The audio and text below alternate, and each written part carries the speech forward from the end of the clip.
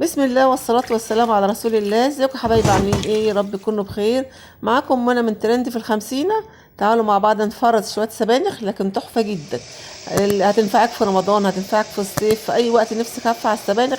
بدل ما تجيبي لسه وهتغسلي وتعملي، لا، تكون حاجة عندك جاهزة في الفريزر.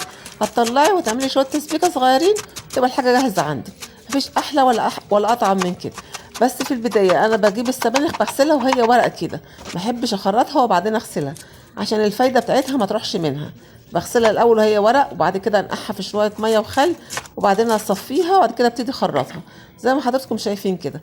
جبت مع دول كيلو ونص سبانخ، جبت معاهم 4 ربط خضرة، حسبتين شبت وحسبتين كزبرة، خرطتهم معاهم. وعندي بتاع نص كيلو جزر، ما تستغربوش انا بعمل السبانخ بالجزر.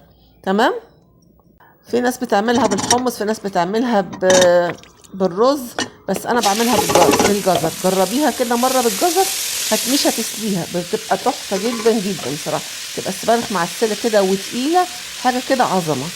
فانا بعملها بالجزر، فبشرت كده بتاع نص كيلو جزر، وحطيت معلقتين سمنه ومعلقتين زيت كده وسيحتهم شويه. حطيت عليهم الجزر، خدت تشويحه. ابتديت احط فصين توم كده معاهم، انا مش بطبخها، انا بفرزها. حطيت فصين توم معاهم تاخد بس نفس التشويحه. وكل شويه احط شويه سبانخ. بص الحله مليانه على الاخر، فانا هغطيها عشان تهبط شويه. كل ما تهبط احط شويه كمان. الكميه دي كلها، بص دول كيلو ونص سبانخ ونص كيلو جزر مع بعض. احنا عشان اسره صغننه كده يعني ما بتاكلش كميه كبيره يعني. ممكن نعمل نص كيلو ويفيد مننا كمان. فهفرز الكميه دي، هتعمل معانا حبه حلوين. شايفين انا قعدت اقلب فيها لحد ما طلعت الميه اللي فيها. انا هسيبها بس تشرب الميه شويه، بس عايزه فيها شويه سوائل. خلاص كده خلصت يعني، يا دوب بس خدت تشويحه شمت النار.